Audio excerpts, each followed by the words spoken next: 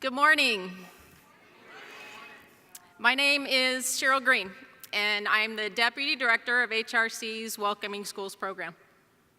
My journey to Welcoming Schools began with a passion for preventing bullying as a classroom teacher for over 20 years.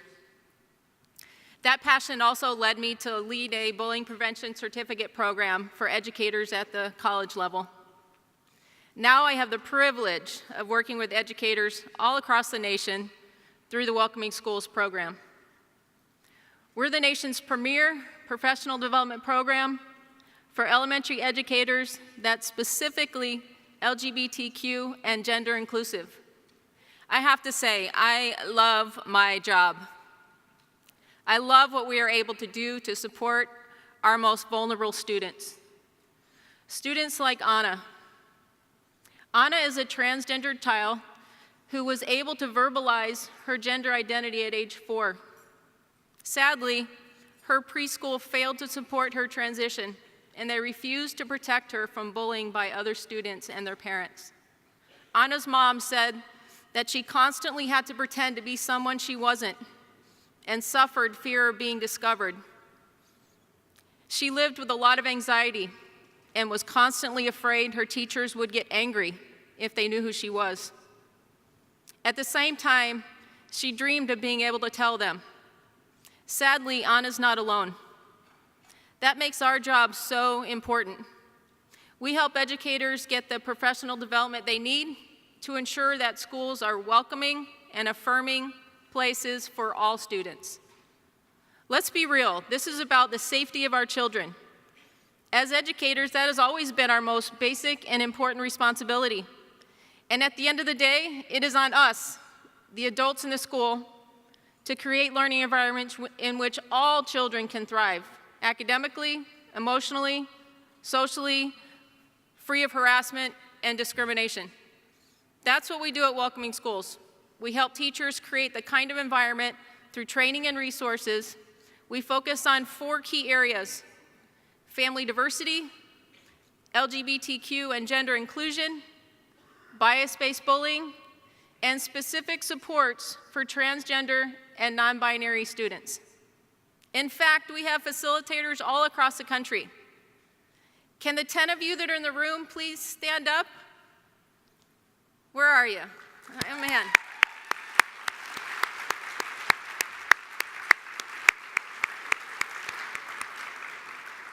Please feel free to catch any one of us later this weekend to talk more. It's also important to know that our program is grounded in research. It's clear that academic achievement and social emotional well-being are linked with an inclusive school climate. I could tell you what it looks like, but I'll let these Minnesota teachers show you just how our amazing program works with real students. Piggy. Weirdo. Ugly. Stupid. Sometimes they tease me that I'm short, and sometimes just because I'm a girl. Your religion is fake and it's not real. You're gay. You shouldn't be in this school. You're brown. You're wearing a girl shirt. And I was like, okay, I'll change my shirt.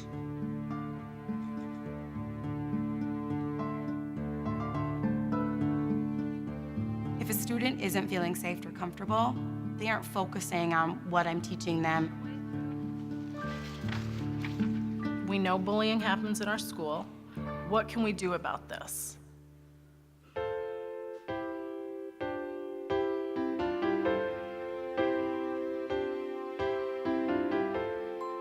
What makes you feel safe at school? Tamara? Teachers? A new kid calls your friend gay. I would get help from an adult because adults know more about this kind of situation. I would just ignore it because I really wouldn't know how to handle it. I would have said, my aunt's gay and you can't change it. Blue was a quiet color.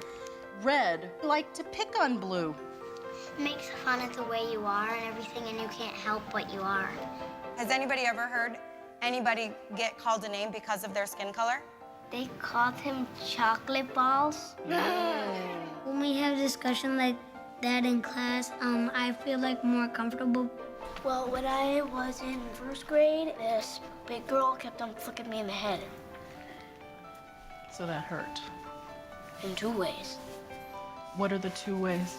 One physically, one mentally. If all of these people stood straight up like an arrow and said no, do you think it would help?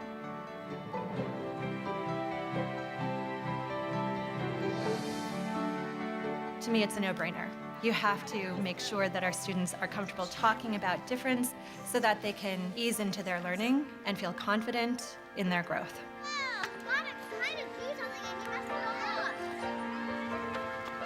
Two or three kids came up to me right after the lesson and they wanted to tell me about things that were said to them that hurt. Meant that that was a success. I'm sorry.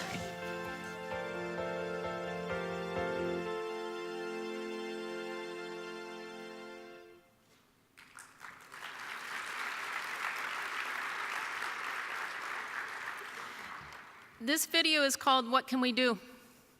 So often we are overwhelmed with challenges that we face in school, and the Welcoming Schools program focuses on what we can do to cultivate change. I also think it's important to make clear that Welcoming Schools uses an intersectional approach that looks at all aspects of student identities.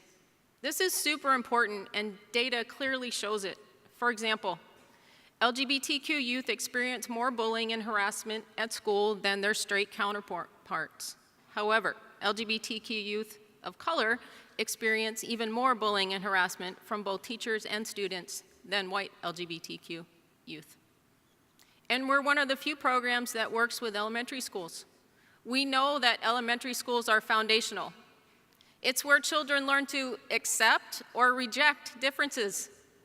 It's where they find their voices as allies. We also know that gender-based bullying, specifically not fitting into the stereotypical gender binary role of what a, quote, boy or girl should look like, act like, is one of the most common forms of bullying in elementary schools. Even though many of you are here because you serve middle and high school youth, our program is very relevant to what you do. Imagine the impact on your work if students came to you having been educated under the Welcoming Schools approach. Here's what you would see: a sharp decrease in bias-related bullying and harassment, students better prepared to be upstanders, a school climate that supported students' ability to learn and thrive every day. This is not an empty promise. Dr. Dorothy Espalage's research confirms that addressing gender-based aggression in elementary school is a significant factor in reducing sexual harassment in older students. In the era of Me Too, it should be abundantly clear our work sets an essential prevention foundation. Unfortunately, it can be challenging to get a program like ours into schools. Fear of pushback and discomfort of staff around LGBTQ and gender topics can prevent this work from taking place where it is most needed.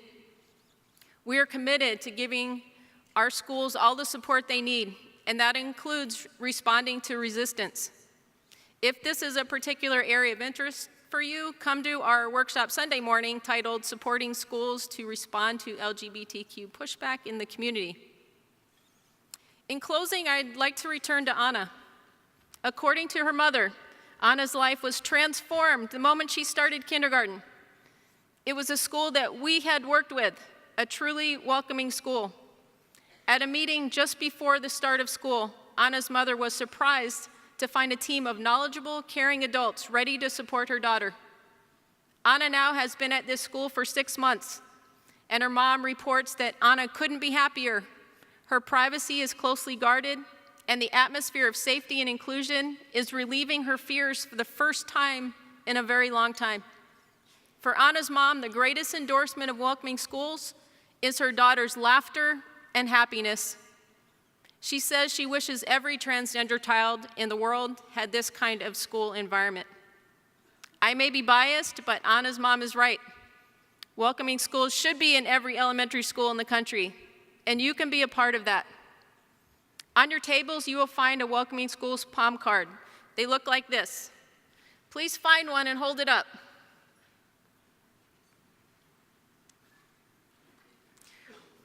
When you return to your school or community next week, I'm asking you to share this information about our program with an educator.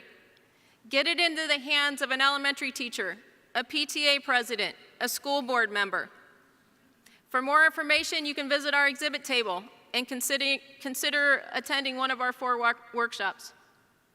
With your help, we can make our goal of every school a welcoming school a reality.